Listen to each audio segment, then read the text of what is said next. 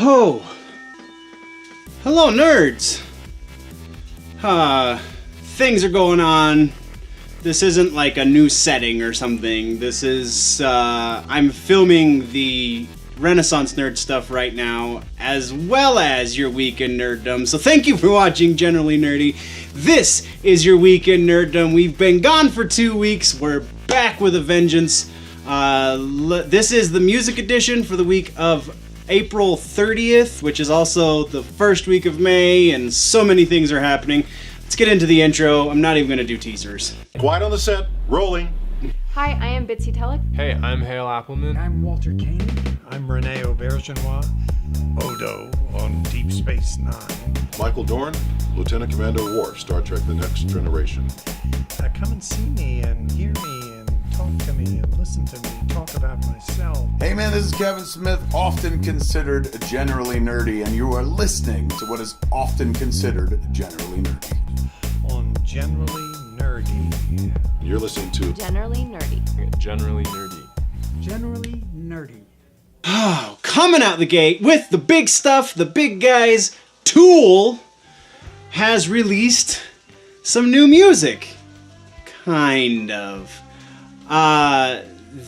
So they are putting out a new record. It should be out this year sometime. There's still no official release date for it yet. Maynard says he's done. And the guys are going on a tour, the musicians, Danny Carey and all of the not Maynard James Keenan guys in the band are going on a tour. It's not necessarily to play music, it's more to teach music. They're doing clinicals on their music. So they're going to teach people the math behind it and teach people the music theory behind what they do, which is really awesome. To announce it, they released a little video, it's like 3.5 minute video. You can find the link in the description. That video has a song playing in the background that is off of the new record that is apparently going to be called Descending. And if that 3.5 minutes is any indication of the rest of the music on this album, it's not going to disappoint all of you Tool fans. It's definitely going to be one that you're going to want to check out. It sounds great. There's nothing else I can really say about it. There's no vocals on it, so it's just the instrumental. And it's only 3.5 minutes, so we probably, in the scheme and the grand structure of the song, we probably didn't even get to the lyrical portion because it is Tool. But I feel like this is less 10,000 Days and more Lateralis in its tone. The artwork has gotten a little bit of an update too. It's still that kind of trippy stuff, but it seems like it has a little bit more of a reality take to it. So that's definitely an interesting update for them as well. That's all we got for this right now. Next, we're kicking over to Clutch. So with Clutch, we just got an announcement, and I'm covering stuff for 2 weeks worth. So I say just, it could have been 2 weeks ago. This one, though, was within the last few days. Clutch announced the name of the record that they're putting out sometime in December, maybe, tentatively, kind of. The name of the record, though, is Book of Bad Decisions, and I'm just itching. I'm itching to hear new Clutch tunes. They say that Neal and the rest of the group, JP and whatnot, they're saying that the music, when you compare it to Psychic Warfare, is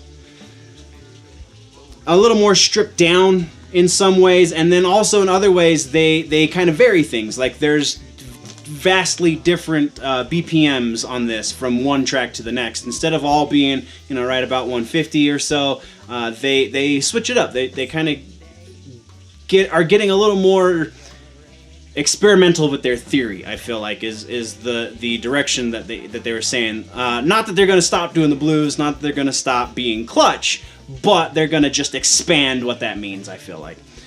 So that's that. We're moving over to DevilDriver. We talked about this record when it was announced not that long ago. The country covers album that they're doing called, where'd it go? Outlaw Till the End. So it's a bunch of outlaw country songs. We got a track listing. You can see that down in the description. We also got the first single off of it, and it's Country Heroes, which was originally done by Hank Williams III, Hank 3 for the rest of the world that knows him. And it's also featuring Hank 3 on the tune. So they have a lot of guest spots. You'll find all of that information down in the description.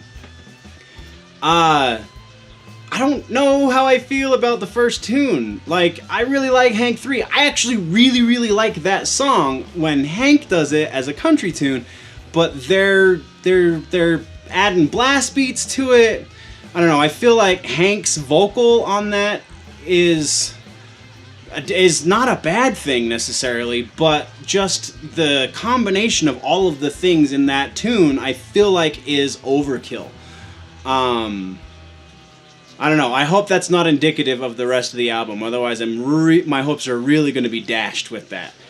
But link to the song down in the description as well, so you can listen to it for yourself and then tell me how wrong I am.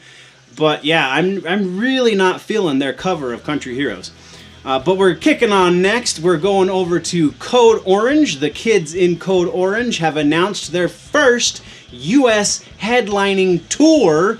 It is going from the end of June through the middle of July. All of the tour dates have been announced, so jump over to their website and you can find a link to that in the description. Check out the tour dates, get your tickets. Code Orange.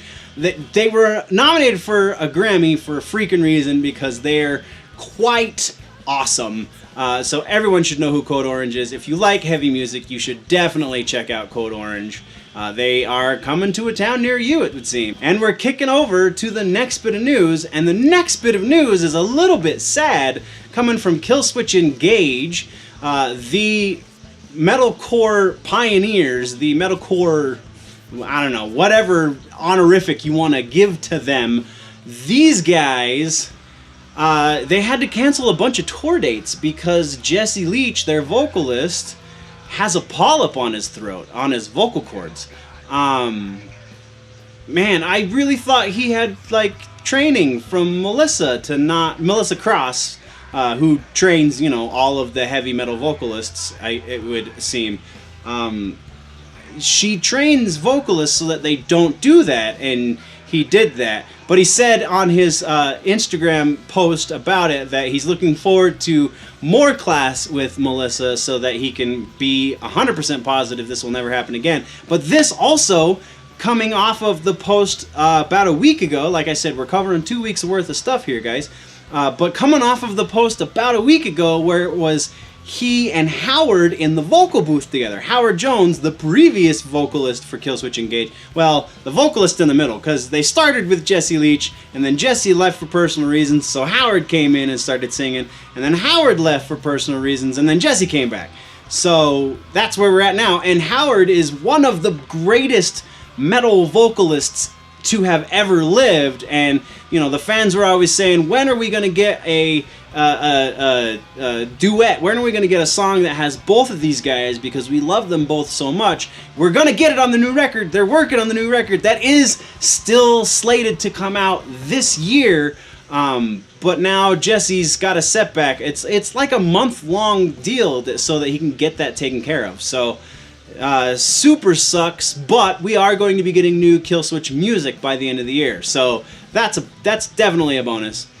Next up, we are talking about Parkway Drive, which is a band that I am not a huge fan of, but they are putting out a new record called Reverence, and they just released the first single. Well, not the first single. They've released a couple of them, but they just released another single off the record.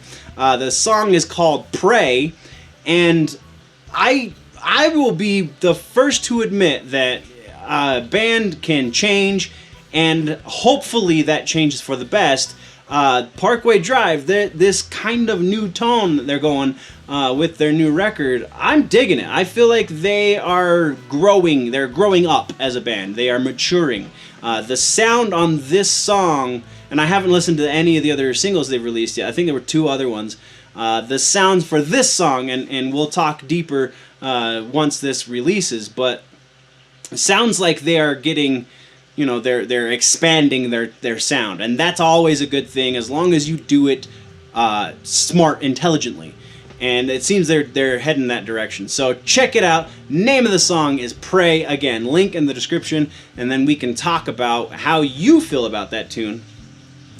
Next on the list, we're talking a little bit about Prince. It was announced last month that his estate is going to be releasing a bunch of stuff, a biography and so on and so forth, but they just announced last week that they are going to also be releasing a book that will have lyrics and poetry from the vault.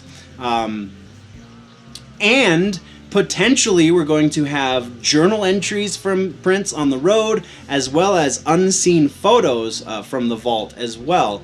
So, Kevin Smith warned us, whenever Prince passes, man, there's going to be a lot of stuff that comes out about him, and a lot of material and a lot of music videos and the whole nine about of music that he's done and that he just seals away because he was a little crazy. He was brilliant, but with that brilliance came a lot of crazy.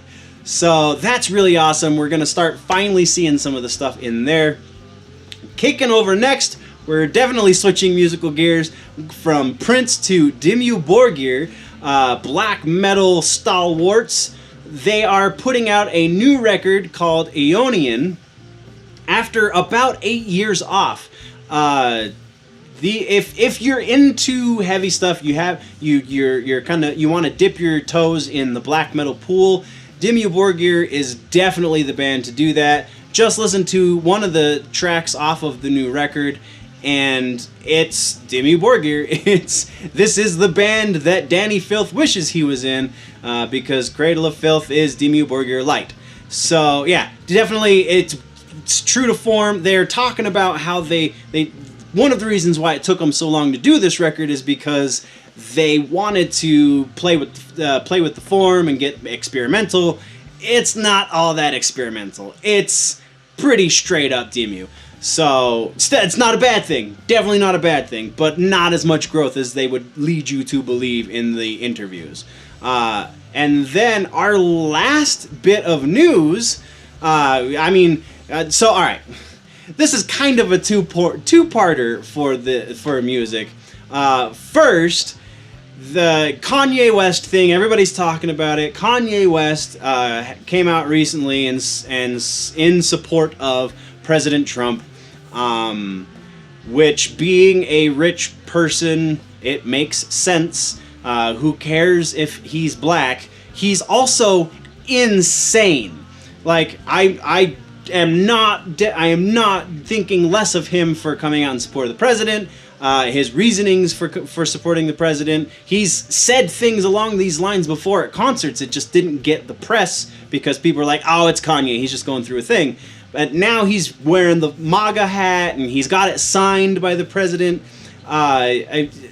His reasoning for it is pretty sound. He's talking about how the systems in place are put there to keep the welfare and so on and so forth are there because people on the left don't think that people in certain situations or people with certain skin tones can do it on their own. They need the help. And Kanye says, no, we don't need the help. We are perfectly capable of doing it ourselves. And more power to him for saying it. But we're not really talking about Kanye necessarily. What we're talking about is Morrissey. No, Morrissey did not come out in support of Donald Trump, but he may as well have.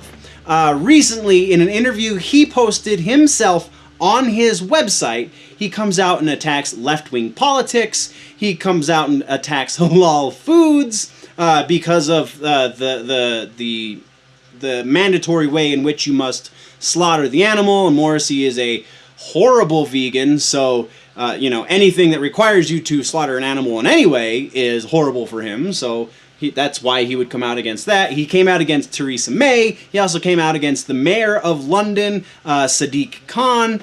And, I mean, he was in hot water a few months back, about a year ago now, I believe. He was in hot water then because he came out and said something that was not quite so negative about Weinstein about a year ago. and people were ready to lynch him. And now he's coming out against left-wingers and people are gonna lynch him again. It's freaking Morrissey. He says crazy stuff. He does crazy stuff. Get used to it, guys. I can't argue the man his points because he is vegan for very political reasons.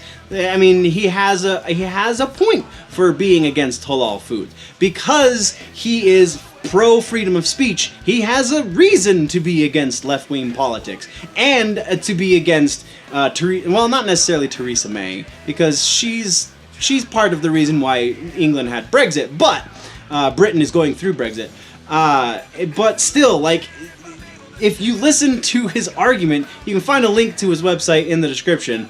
If you listen to his arguments, it's not that he's spouting crazy. He just has different views than it would seem most people, but that's just the perception. I don't believe that's the reality. I feel like there are plenty of people who support his viewpoints. But that, guys, is the end of this week's music episode. What did I miss? What should we talk about next week? Definitely let me know in the comments down below. If, though, you want to go deeper into the conversation, jump over to the website, generallynerdy.net is the place you can do that. Or if you want to support the channel more directly, jump over to the Patreon page, patreon.com/generallynerdy. In all of these places, you can find links to stores, so you can go get yourself one of these beautiful shirts right here. Or, again, you can support me more directly on the Patreon. If you are falling behind on your nerd news and you want to catch up, click or tap that box to the left of my face to do that. But before you visit the website or click the box or click the other box or whatever, please always remember, guys, that if it's generally nerdy, it is probably here.